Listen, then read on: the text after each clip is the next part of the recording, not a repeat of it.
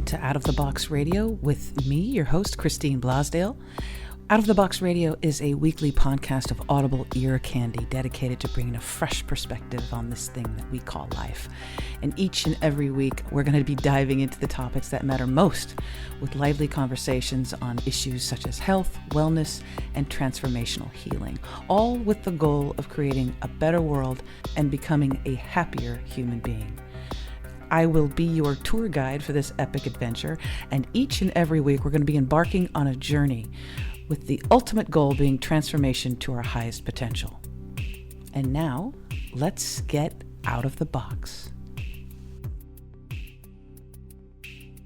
Hello everyone, I'm Christine Blasdale and welcome to Out of the Box Radio. Today we have a very special program. You know, it was 53 years ago, I can't even believe it's 53 years ago, that Marilyn Monroe passed from this plane. She would have been 90 years old this year if she would have still remained. She was born on June 1st, 1926. And today we're going to have a very special program because we're going to see if we can reach out to Marilyn, find out what her true story has been. There's been a lot of rumors, speculation. The official story is that she had committed suicide by an overdose. But we all know maybe that there's not that much truth to that story. So joining me is my wonderful soul sister, so many words I could use to describe this person, but we've had Abigail Noel on Out of the Box Radio many times, and we're going to continue because there's a certain project that Abigail is spearheading, and we're going to find out a little bit about that, but how it ties into Marilyn Monroe and so many others who are on the other side right now who have passed. But I want to welcome back to Out of the Box Radio, Abigail Noel. Abigail, welcome back. Oh, thank you, Christine. I'm honored to be here as always. And I love you. You're, you know, what a blessing you are in my life. So just honored to be on Out of the Box and honored to be doing this story tonight. Well, I'm really, this is something that has been so special, and just right now, just even talking about it, I get very, very emotional because, you know, growing up, I didn't really identify with Marilyn Monroe. I was a tomboy. I saw some of her movies. I thought they were kind of silly. I thought they kind of made her look, you know, kind of stupid. I just remember the iconic image of her. And then since her passing, you know, oh my goodness, they've used her to sell all kinds of stuff. And I always thought that was kind of wrong, you know, inside. I always thought that was wrong. And I would say probably maybe a year ago, I had this energy, spirit come to me that was a little girl. And this little girl was absolutely frightened and terrified, but she felt maybe a little comfortable around me. And all she wanted, or what I was picking up, was that she wanted to just lay down and take a nap and have some milk and cookies before she took her nap. And she just wanted to be somewhere safe and have me lay down next to her and protect her. And it wasn't until after this presence had left that I realized, and it kept coming to me, that it was Marilyn Monroe. Now, to me, it wasn't Marilyn Monroe as a little girl. It wasn't Marilyn Monroe as a little girl. It was Marilyn, perhaps in another lifetime. This is why this show is so important. Abigail Noel is a medical intuitive psychic. Well, it's not clairvoyant, clairaudio, how would you explain that to our listeners? Actually, I use all of what are called my clairs, which are really just senses. It's not that I like to. My guides and my team like to keep things simple. They always tell me KISS, keep it simple, sweetheart. So with that said, your clairs are simply your senses, and everyone has the ability to use all of their senses. You just have to learn to trust them, but you can see, hear, feel, smell, taste, even God. And so you use all of your senses. God likes to speak through emotion best. There really is the universal language is love, which is feeling. And so a lot of what we get are sensations, feelings, and then images that are viewed in what I like to call the heavenly movie screen. It's also known as the third eye. And but intuitive therapist, I guess, and then channel and medium, because I believe that everyone is psychic. To say that you're psychic is kind of like saying you're human, and everyone has the ability to tap into their psychic connection and therefore divine guidance, whatever your definition of God. But I do use my psychic abilities that we all have, and I have been tapped in or aware of these since my earliest memories. And so I have been asked by my team, and so I do use them as a channel and a medium, which is to directly communicate specifically with spirits who have crossed into the fourth and or fifth dimension, and sometimes beyond. Meaning not necessarily that you cross beyond that, but there are souls that hang out past the fifth dimension at times. Can you explain to our audience a little bit about the Lost Angels Project? Yes. Lost Angel Project was brought to me, the name was brought to me, and the idea and the concept, which, has kind of been done before, but I was asked to do it a little bit different spin. But it is for missing persons cases of all kinds. Doesn't matter how old the case. Anything that's unsolved, anything where truth needs to be brought to light. It can some of the cases that were asked, and we don't look for them. The cases are brought to the team. And we jokingly say we're all number 7s on the team, and then they gave me a 007 on the back of my shirt. So I just kind of lead what we call the Radical Healing Portal and the Lost Angel Project team. And I've got a group of intuitives, what the world calls psychics, who use their abilities to channel and to work as mediums. And we work together in a very objective way. Nobody minds being wrong. We all kind of get out of the way, and we just work on bringing through the truth together. And the more people that you have doing that from a space of a loving intention, it gets real powerful. I know, Christine, you've kind of witnessed how that works on Sunday when we ran the Prince case through there. And so it's a pretty awesome way to be able to use science, really, and the power of intention to validate the information that comes through. So we run the cases through, and then Lost Angel Project will be using different platforms to bring that information and that truth to light. What happens is, and this takes us back to why the energy of Marilyn Monroe came through in this little girl, and I had a very similar situation, and many people have and don't always have an explanation, and many people don't tap in to the knowledge that it is the broken and hurt part of Marilyn Monroe, and it's the part that will not heal completely until the truth, and man, I'm fully vibrating as I say this, until the truth about her life and her story and how she died is brought to light and brought to truth, because she did not overdose. She was not a drug addict. She was murdered for information, for connections that she had and information that she knew about the government. Can you talk a little bit right now about your background? Because I think it's important that people know, because like I said, I really don't know that much about Marilyn, her life, or anything like that. Do you, prior to right now what we're doing, did you have much knowledge of Marilyn Monroe?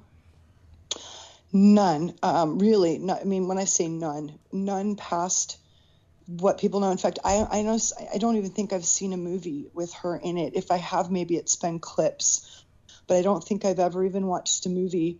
I just knew that she was a very famous actress. Growing up, you'd see the pictures and different things, and of course you'd hear the name. But past that, I've never been one to really study or research stars or their backgrounds. The only one, because I always make sure I do my best to tell the truth, for whatever reason, was Betty Davis. when I did a little bit of acting for a while, way back in my 20s, and I loved Bette Davis. So on rainy days in LA, I would go get Bette Davis movies and watch them. Other than that, but I still didn't study anything even about her life. I don't know, so I really don't know anything about Marilyn's, how she grew up or anything else. The only thing that I had sort of heard in the past or throughout just time was that I didn't think she'd been raised completely by her biological mom. And then the only other thing that I'd ever heard is the famous stuff that, she went out with John F. Kennedy and Joe DiMaggio. And so that's about it for me. I mean, that's as much as I know. She made movies, very famous, White Dress. But I never have been interested in really knowing about the stars or following their lives or histories too much. I just kind of appreciate them for their art or, for what it is that they represent, whether it's jokes or a funny person or beauty or a wonderful actor, performer, dancer, musician, like Prince, someone who inspires. I just appreciate their art. I really don't feel the need to get into their personal stuff, really. Well, I've only just pulled this up just recently, that just to give our listeners a little bit of a background, that Marilyn Monroe, who was born Norma Jean Mortensen, was born and raised in Los Angeles, spent most of her childhood in foster homes and an orphanage, and married for the very first time at the age of 16. The story goes, or as they have tried to basically... I don't think that was a pleasant marriage. No. Not at all. They're saying that her mother, Gladys, was not able to mentally or financially prepared to take care of Norma Jean, so that she placed her with foster parents, and that the people that had taken care of her were evangelical Christians. And I won't go into any more of that because I want your channeling. I'm fully vibrating right now, and this came through the other day for me too. And Marilyn has come through different times throughout the last 6 years since I was asked to work publicly by my team, and 8 years really. But she started coming through about 6 years ago, 5 to 6 years ago. I just got chills on that. And validation.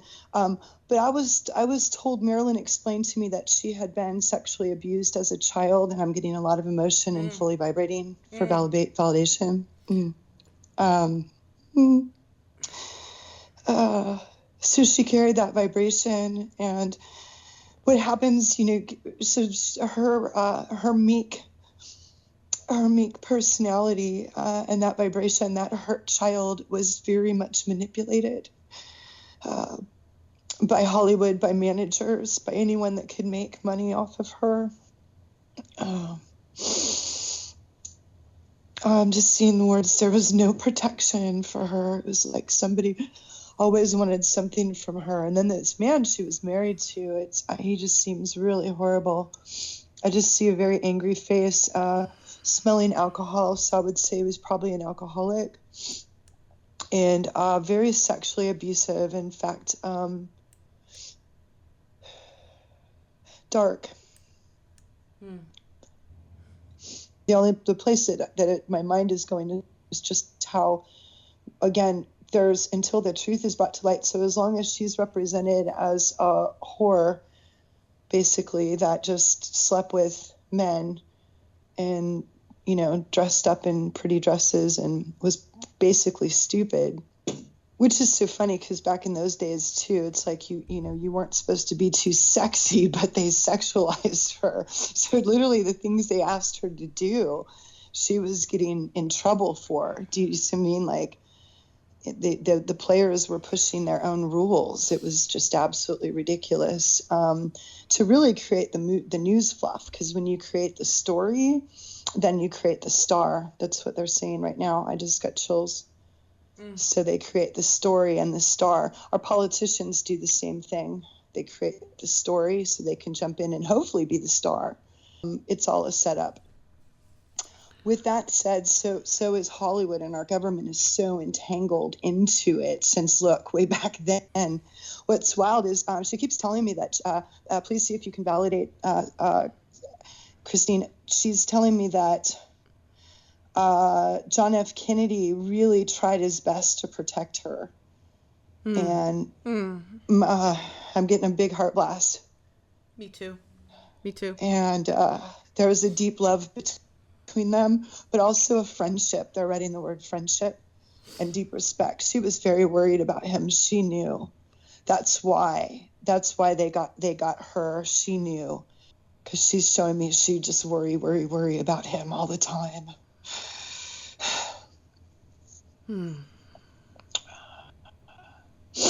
She loved him. Something about if you can validate this, she's showing me recordings. Something about some recordings. Ooh, chills, that he gave her.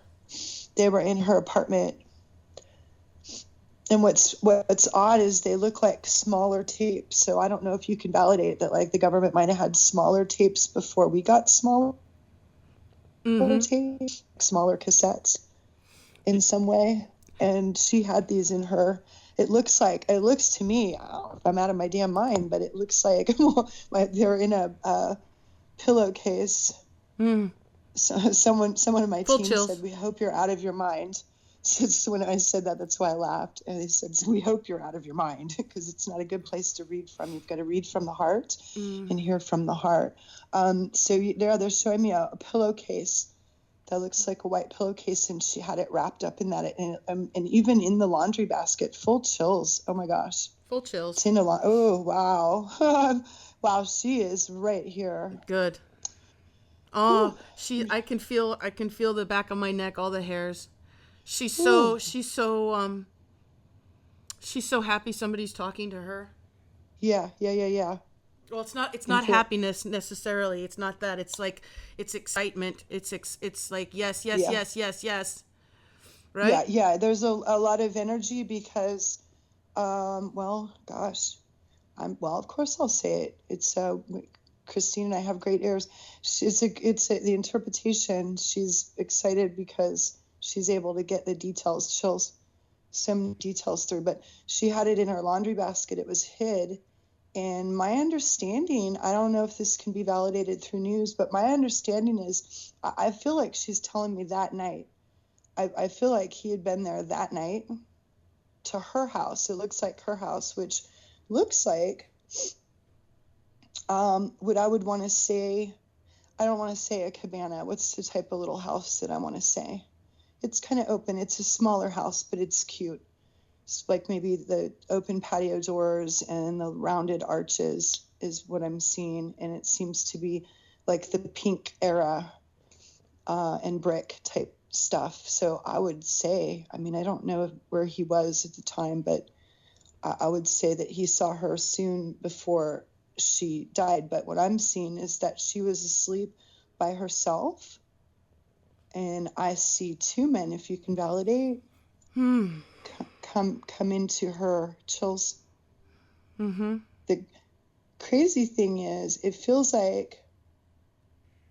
seems to me like they had a key. And I don't know why I'm saying that, but that's what I just bring through the best I can, what I'm being shown. But it seems to me that they had a key somehow. Because that's the first thing I ask is how'd they get in without, and they're just showing me a key.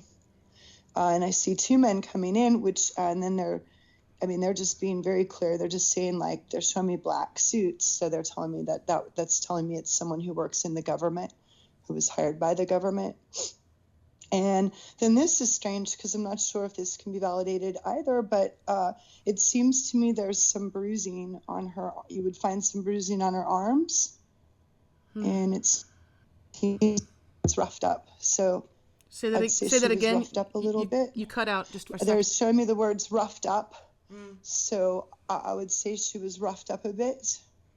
I would even say when they found her, you would say maybe that her makeup was running. She would have been crying before. I just got chills. Oh, I just got a big heart blast on that too. Take your time. And then it's my understanding. I mean, she was injected, just very simply injected.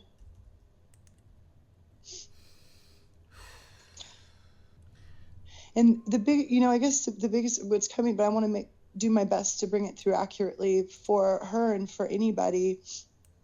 It doesn't feel good to be lied about. It doesn't feel good to know that your truth, that someone's lying about your truth or has misrepresented something that you did. It doesn't feel good to be accused of something that you didn't do or being a person that you weren't. And I'm asking to be said like this, our government has been making money off of our Hollywood and musical icons since the beginning of movies and record companies. I mean, come on, our government has had our tendrils all over the alcohol prohibition. That's how the Kennedys ended up getting into politics in the first place, because their dad had to pay the government to sell his alcohol. I mean, come on.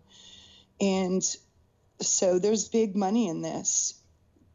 We've been making money off Marilyn Monroe and her image. Someone still owns the rights to all of that. And very little does the family end up getting, because it's the record companies and the movie companies that own the rights to everything. They make sure that, especially, it's not even especially back then, because it's still going on today, especially in the music industry. And so literally they make them look bad. Huge smear campaign, drug addict, bam, take them out, and then literally follow the trail. See how much money has been made off Marilyn Monroe. And then how many people, when are people going to stand up? If we love Marilyn, then stand up. There's so many people that I know, you can talk to people and they say, no, I don't think she OD'd either. I don't think she did. I think the government killed her too. Abigail, I don't think that's so crazy. I mean, I run into more people that say that than believe that Marilyn. And then here's the gig. God speaks through synchronicity. There's no such thing as coincidence. Science now supports what I just said. And so with that said, I mean, I could sit here and we could name names for the next 20 minutes. But it's so funny to me that these amazing icons, there are musical and political prophets and also our actors that speak out. So we've got so many of them in history that have conveniently just OD'd, for the most part, or their planes just happen to drop out of the sky.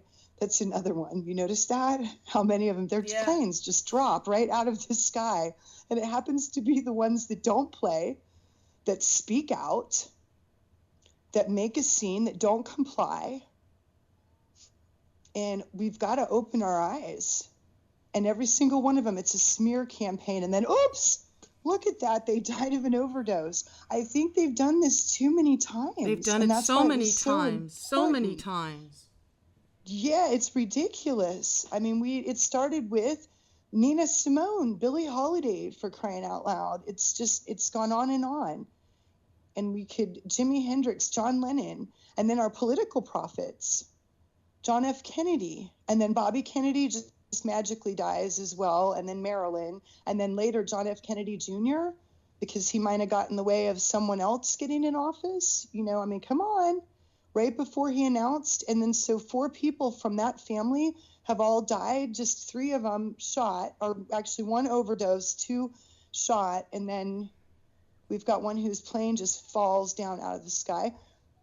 It doesn't make any sense. Synchronicity would say that there's something really strange going on there. And again, we could name names. We've got some modern day people that, as we know, Prince being one of them. So, and then Michael Jackson. I mean, he was just right before he died, he was holding up a sign that says "Sony kills," and he actually spoke out. I mean, it's all right there. It's all right there. Do you think you can ask Marilyn a couple questions, or does she prefer to be? First of all, does she prefer to be called Marilyn or Norma Jean? Well, what's really funny, and please ask for validation as well. She asked me to call her May. She asked you to call her May? May. May. Oh. May. Mm. Mm-hmm. And she's actually explaining to me now that she'd rather not associate so much. She loves them both, Norma and Marilyn, but it's like she's done a lot of work herself since then. Yes. Right, and so she doesn't really. And I'm receiving chills down both sides to validate. Thank you. Keep them coming. She's done a lot of work on the other side, so at this point she doesn't really associate with Norma and who that was, or Marilyn and where Norma went. Lovingly, she learned a lot. She's saying she said I learned a lot from that life, and she grew exponentially. And really it's just about the truth being revealed. And until the truth is revealed, what it is that we all collectively carry the same imprint for one another. Otherwise, there would be no empathy on the planet, meaning that we all have to collectively experience what the other one has experienced. So we have to write a movie with a similar, we have to come down here in a life as a particular person, and not to make it too crazy, but each life, so Christine Blosdale could have 3 to 7 different parallel Christine Blosdales in one life. Really? So, yeah. That'd be kind of crazy for the planet. Wild. Well, they're all going on in parallels. So same planet, parallel lives, same you, but a different what my team likes to call petri dish in each one. So you mix it up a little bit. So in one, your dad might be an alcoholic, and the next one he might be a professional baseball player. In one, your mom might cross when you're 12, and in another one she doesn't. Just you mix it up all over the place to see how you will respond through each trial energetically. And so we have to feel for one another, and especially the energy cannot be fully cleared, or what my team calls transmuted and or alchemized. And it cannot be completely cleared and sent back completely to love and light until the truth is told and accepted. I'm getting full chills all over my body. And folks, if when we say full chills, in case you don't know, it's basically something that happens with me and with Abigail. We'll get like the hair on our arms or back of our neck or our backs will stand straight up, and it kind of gives you that goosebump kind of feeling, like that. What is it? They call it chicken skin or something like that. I don't know the South, but it's that feeling of all the hair on your body will go straight up, and sometimes it'll be on the arm. For me, sometimes it'll be on the arms. Sometimes it will be the neck. Sometimes it'll be the space in between the neck and the lower back, which is just like the heart area. And with you, Abby, you get it in different ways. Sometimes it's on your left, sometimes it's on your right, correct? Mm-hmm. Yeah, we've actually, over the last 6 years, I've developed a dialogue in really every way. Colors, numbers, symbols, and the way that they speak to me now, even in the way that they give me the body chills. It'll be left or right for a reason. The right side is typically a masculine guide responding. Left is a feminine guide responding. Down both sides means the whole team's kind of applauding. It just kind of lets me know who's checking in. I have different guides that will do different things. So I have one guide that will tickle my head, and I have another guide that likes to give me what he calls neck sugar. So he kisses the back of my neck on the right. And that's a different feeling. Some of my guides just rub their fingers across my heart, the back of my heart chakra on my back. And then Jay especially will use my feet. Jay and Mother Mary will use my Mother Mary will use my feet, and it feels like cold water is running in my ankle, or sometimes hot. And both of those both of those things have a meaning, the cold and the hot. Cool means slow down, you know, most often. And then the hot means move forward, go, move forward fast. The same thing as a 5-5-5 means, move forward fast, and that's from sacred geometry.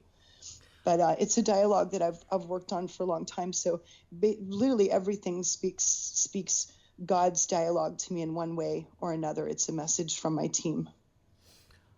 I'm getting this. I'm being prompted to ask you: does Marilyn, or does May? We're going to call her May. Is May wanting to be referred to May? Is that the young girl that I had met?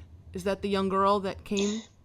The young girl represents the wounded part of her that still needs to be healed, and that part of her can't be healed until literally I'm not sure what this looks like in this moment. I'm just speaking the words that are coming to me until we're all willing to stand up and speak the truth.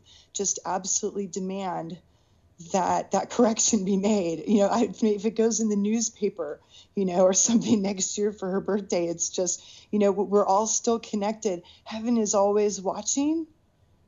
Just because they're not in body, the unseen is so much more real and so much more powerful than what we're experiencing here in the third dimension. I mean, it is with honor that we're here on the planet having this amazing, amazing experience, you know, good and bad. And because it's the tough stuff that, you know, that creates appreciation for the good.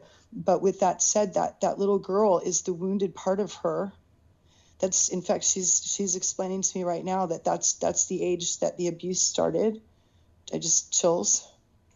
And so that's the part of her that gets, and when that happens, and we now know this through science, because science is God's, whatever your definition of God is.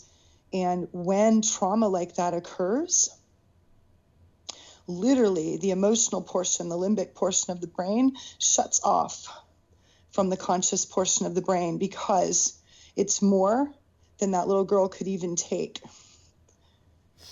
It was more terrifying and more confusing than she could even take. And so that there is a psychological break that occurs, and that wound that occurred then, which literally means that every female energy, so it means even the boys carry a little bit of this. Because we all have masculine and feminine, right? Right. But those of us who come here to be girls, and we all switch off back and forth. We've all been boys and girls. We have one role that we like to play sometimes more than others. Some of us not. Some of us don't care. None of that matters, but we all play both, experience everything that the other one has too. That's how it works in school, at the university. If you want your doctorate, y'all have to take the classes. Nobody gets out of organic chemistry. It's just the way it goes. And so life is the same way. And so because that was done to Marilyn, we all carry a piece of that hurt for her, because the truth about her life has not been told. Now, here's what's wild. And she's asking me to bring it up. This is so beautiful. She's asking me to bring it up. Oh man, she's such a love. Oh, she's just such a love. She was just, such a beautiful love. That's what happens. We break our children. That's what allowed her to be so manipulated. In flow of gratitude. So we all carry a piece of that hurt little girl that allows ourselves to be manipulated. So all of us, each and every one of us, will carry that until the truth is demanded, until it's spoken, until enough people hear it, until 51% of the planet consciously get the truth and understand why it's important, even though she's not here with us in this dimension any longer. We'll see her in the fifth. We'll see her in the fifth when we get there. Well, she's with us. She's with us. She's with us. She's with us right now. Absolutely. I want our listeners to right now to recognize it. I want you to just check yourselves for if you're getting the full chills at all as Abigail is talking. Please just ask yourself if this is true. Ask what if what Abigail is channeling right now, if it's true, and if it is, you will be getting full chills. You'll be getting that recognition. The thing she's also go ahead. She was just bringing it through. Love and honor for the interruption. She's I believe, and I don't know again if there's a way somebody listening can validate. I just do my best to interpret what I'm seeing, but I believe they took a necklace that was given to her by John F. Kennedy, and a jewelry of some kind, but it looks like a necklace and possibly earrings. And I feel like, as I said, she had seen him not long before, if it wasn't that evening, not long before her crossing, and they took it with them. And she's being really funny about it in a way, but it's not funny, but she's kind of being funny about it. But she's like, she wants me to tell everyone she's still pissed about that. Yeah. So she's really pissed about that. She loved it. You know what I mean? Like, she's still pissed about that. And so she wanted that to be heard. Which I love, because, you know, this is when someone crosses over, it's no different than when someone goes through trauma here on earth and they don't cross. You still need to go find someone who can listen and help guide and, you know, and just hear you. Sometimes it's just about someone hearing. And you know what? I'm still mad, you know? Yes. And it's just a matter of having to say it and have someone hear that's what happened. And not have your story lied about. There's nothing that feels worse than being lied about.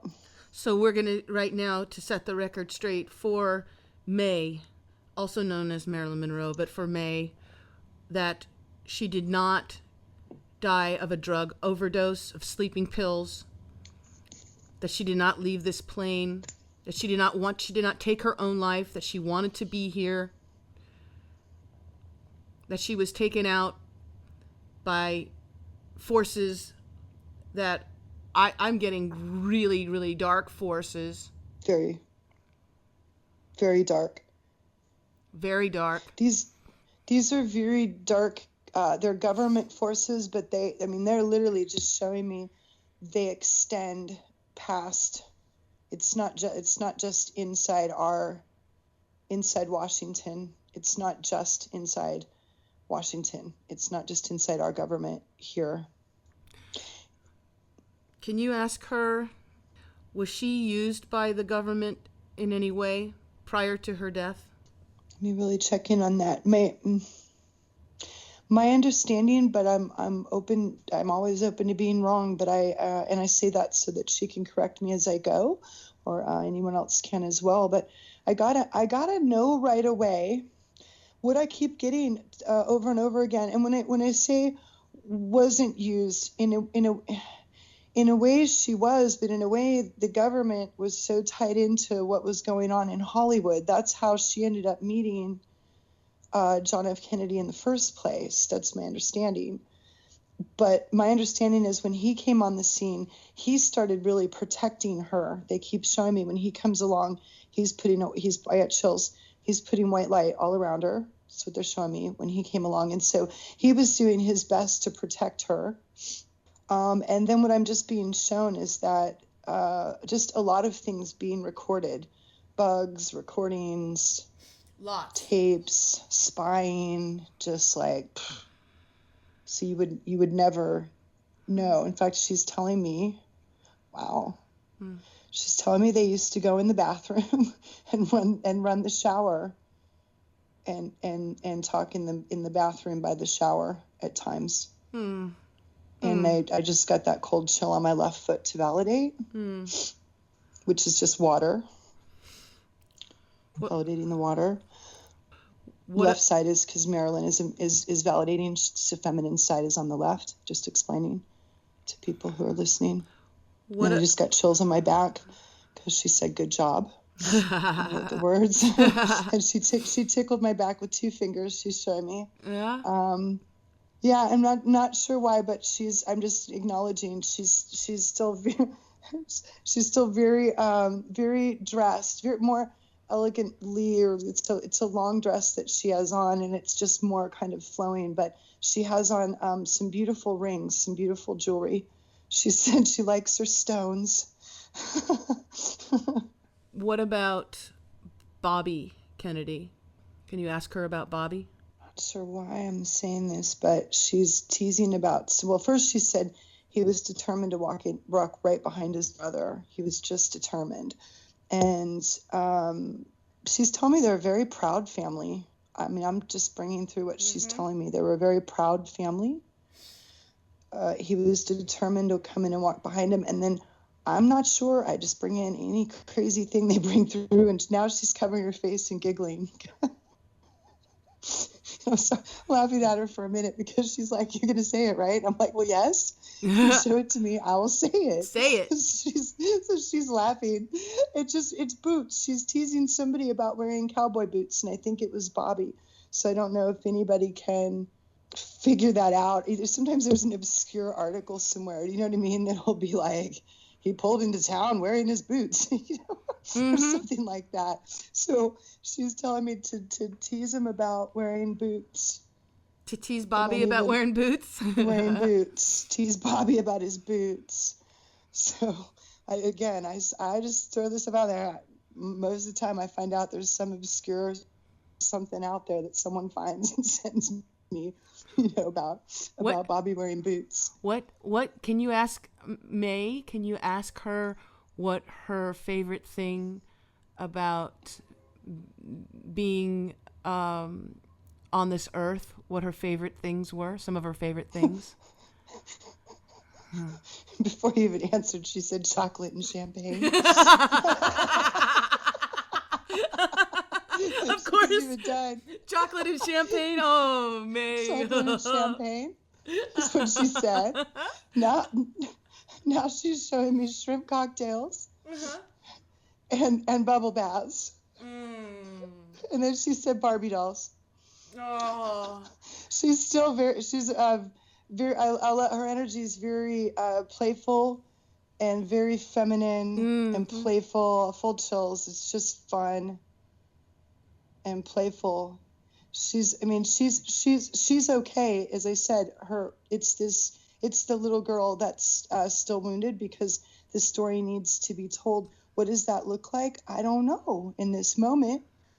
I know that a lot of people will talk, There's that train. There goes that train, validating. As I said, sometimes it just looks as easy as getting the story out. Who knows? Maybe they'll be like the most amazing. Maybe someone will do a great Hollywood story soon because everybody loves her, Ooh, I just got chills. What about that little girl that she wants to tell us? What would she want to tell us? The little girl side? Yeah. What does she want to say? What does she need to say? Kind of more. Yeah, with kids, it's more when you're working with the inner child self, and then that's the inner child in all of us. What does she need? She said the inner child said more chocolate. Wow. Okay. Self-forgiveness. Self-forgiveness is not the place I thought I was going to go, but what's funny is it is very accurate. And so if each one of us gives it to ourselves, what it does is it works on that aspect, even if we're not even in conscious connection of the aspect of self, of the conscious collective that was a sexually abused child or manipulated in a way, in a sexual way. With that said, people most often with that background and what she's saying to me as well is that what happens is you tend to kind of lose your voice or lose your power in a way, and in a way that you're not even aware of at times. And sometimes you tend to be very hard on yourself. And I feel like she was that way. I think she very much took it on as what it's almost like we wonder what our problem is, why we can't straighten our life out, why life might look crazy, or why our relationships aren't working. The one who's abused takes on the responsibility for the imprint, the reactive pattern that continues creating troubled relationships. Make sense? Mm-hmm. So if we forgive that part in each one of us, so literally just be less hard on yourself, because that's the one thing she would have liked to have been on herself, to have been free. Makes sense? To understand that it wasn't her fault. Oh, Nobody no. ever told her that. You know what I mean? There was no voice there. No, it And then when wasn't. you see the rest of your, you know what I mean, life not lining up or going in a certain direction, we wonder, well, what? It's our fault. It wasn't her fault. It Right. was literally the energetic expression of a subconscious reactive pattern, right, that she was carrying around that wound. And so literally in that, if each person would first of all just recognize the wounded child in everybody, you know, and understand that things aren't always what they seem to, and then give yourself that break though, because if you don't first do it for yourself, you can't turn around and do it for others. True. It's not even energetically possible. So again, that's why I wondered, is that where we're going? Yes, that's where we're going to go. We want people to give themselves a break. Take a deep breath, not be so hard on self, and then understand that we've got to be more compassionate to each other. And we've got to be open and willing to understand that what we believe is true might not be true. Right. Right. You know, at least be open. It doesn't mean you have to make a new decision or you have to completely let go of what you thought. Just be open to the idea that what you believe and what you're thinking might not be the truth. Because, man, I've been really shocked by some things, certainly, and especially over the last 8 years. And that's the great thing. People will say, how do you know it's a channel? How do you know it's God speaking? How do you know it's your team? When you go, whoa, really? No way. You know, when you're absolutely sure it wasn't something that you thought of, Right. and it comes from outside yourself, you know? Right. And then, you know, and then if it makes sense and it feels good, it's God. You're good to go. Exactly. If it's complicated, you can't understand it and it feels yucky, God probably didn't say it. I want to remind our listeners that you're listening to Out of the Box Radio. I am your host, Christine Blasdale, and on the phone with me is Abigail Noel, medical intuitive, psychic, clairvoyant, clairaudient, wonderful everything. She is, right now, this hour, we are bringing forth the spirit, soul, essence, I guess, channeling of the woman known as Marilyn Monroe. In this session, though, we are calling her May because that is what she prefers, and so we will honor that. We have a few minutes left, and I'm just wondering, you, Abigail, if you're picking up anything that you want to ask her. Because I'm asking some questions, but is there something that you want to ask her personally, or is there something that's still coming through from her that she wants to express in these last few minutes? Sorry for the pause. See, no, it's okay. I was really kind of searching my mind to see if there's anything I wanted to ask her, because that was interesting. I hadn't really thought of that. Wow. Let me ask her what she would say, because I don't think there's anything I would ask her. I was doing my best to ask her if she... That's funny. I'll just wander there, and then that was funny. One thing I guess I would say, it's funny, and I was just tapping in with her because I wanted to know if she enjoyed any part of being a star. And I don't really know anything about her, but I would say that she was very sassy back with me. So I don't know if you can validate that, Christine, but she was very sassy. She showed, immediately I saw her dressed in a long gown, walking up on a stage, about to grab a microphone. The entire crowd's going crazy. And as I see her, she's walking, and I see her from behind with her beautiful figure. And she turns around and looks at me and she winks and she goes, kiddo, she goes, who wouldn't have fun with all this? That's what she said to me.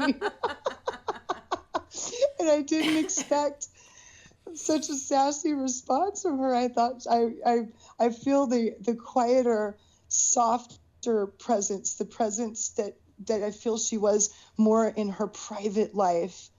I just got chills. Yeah, I did too. So, wow. So that was my question for her, is did she enjoy any part of being a star? And yeah, because she really turned up her fire and her sass on stage. She was a lot quieter and shy, though, innately, and in her personal life. And that had a lot to do, taking it full circle with the early abuse and the continued manipulation, being sexualized at an early age, and having that be a continued pattern throughout her life, and just the manipulation. Yeah, didn't know she was that sassy, because I've always talked to her on more of a personal level, so I was like, whoa, where'd that come from, May? So apparently, yes, she did. She's telling me she did appreciate the attention. That was kind of fun. That was kind of fun. Exactly. Yeah. Of course. Who doesn't? That's so cute. That's so cute. Mm-hmm. Well, we have just a few minutes left, and I would like you to ask her if there's any last things that she wants to get off her chest, so to speak, if that she wants to say before we wrap this up, if there's something that she really wants to let people know. So funny.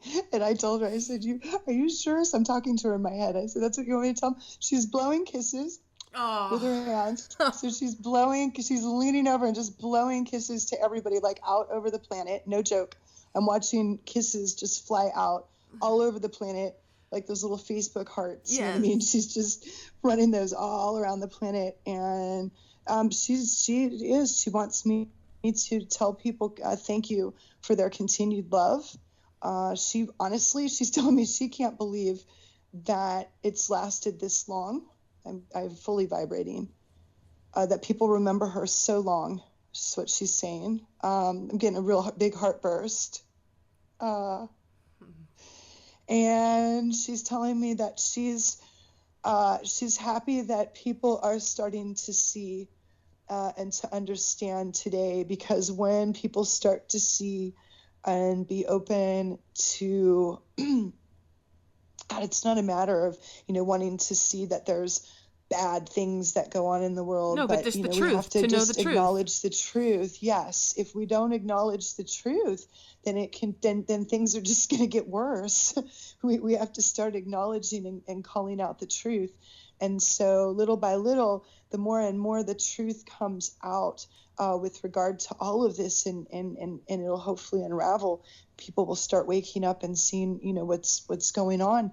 Then it makes her life, the energy raises. It makes her life just sort of that much more worth it. Do you see what I'm saying? What she suffered and what she went through. It's like, okay.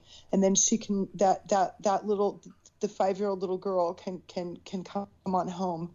That one piece that's still out there that's broken, that each one of us will carry until the truth of who she was and what really happened to her and why she died comes full circle and back into the light. I just want to thank May, also known as Marilyn Monroe. I want to thank her very much for her presence with us today. And also, I wanted you to just let our listeners know we're going to be able to be doing more Lost Angels projects on Out of the Box Radio. Is that correct? Yes. In the future? Yes, absolutely. Good. Lorenzen Wright's, we've got bunches though, but Lorenzen Wright's story, Spirit has been talking to me a bunch about, and the Ketty murders, which is a dark story, but it's an important one. It's been unsolved for the last 34 years, and it's a really important story. And if people want to get in touch with you, the best way to reach you? www.abigailnoel.com, or find me on Facebook. And there's a place to shoot me a message on my website, and of course on Facebook as well. Yes, and please do, folks, give her a shout out. Check out her Facebook page. Communicate with her. She is an incredible. I'm so blessed to have her in my life, and she keeps me on the bus. She keeps me on the straight and narrow, so to speak. When I falter, when I stumble, I get back up, and that's because of my dear sister, my soul sister, Abigail Noel. So I want to thank you, Abby, so much for joining us this hour and doing this, but also thank you for being in my life and for really getting me through some really unusual times. Let's put it that way. These are weird times. Weird times. These are weird times. every bit is blessed by you. I love it. You've been an absolute blessing in my life, and my dear soul sister as well. And I can't wait till we are neighbors. So right. at least part of the year anyway. So That's right. Thanks so much for having me on again. And thanking May. Thank you, Marilyn. Thank you, May. Infinite love and gratitude. And I want to thank the listeners, too, for listening. This has been Absolutely. Out of the Box Radio, and we'll be back next week with another program, so please do join us. And always, as I always say, remember to always think outside of the box. Until next time, bye for now.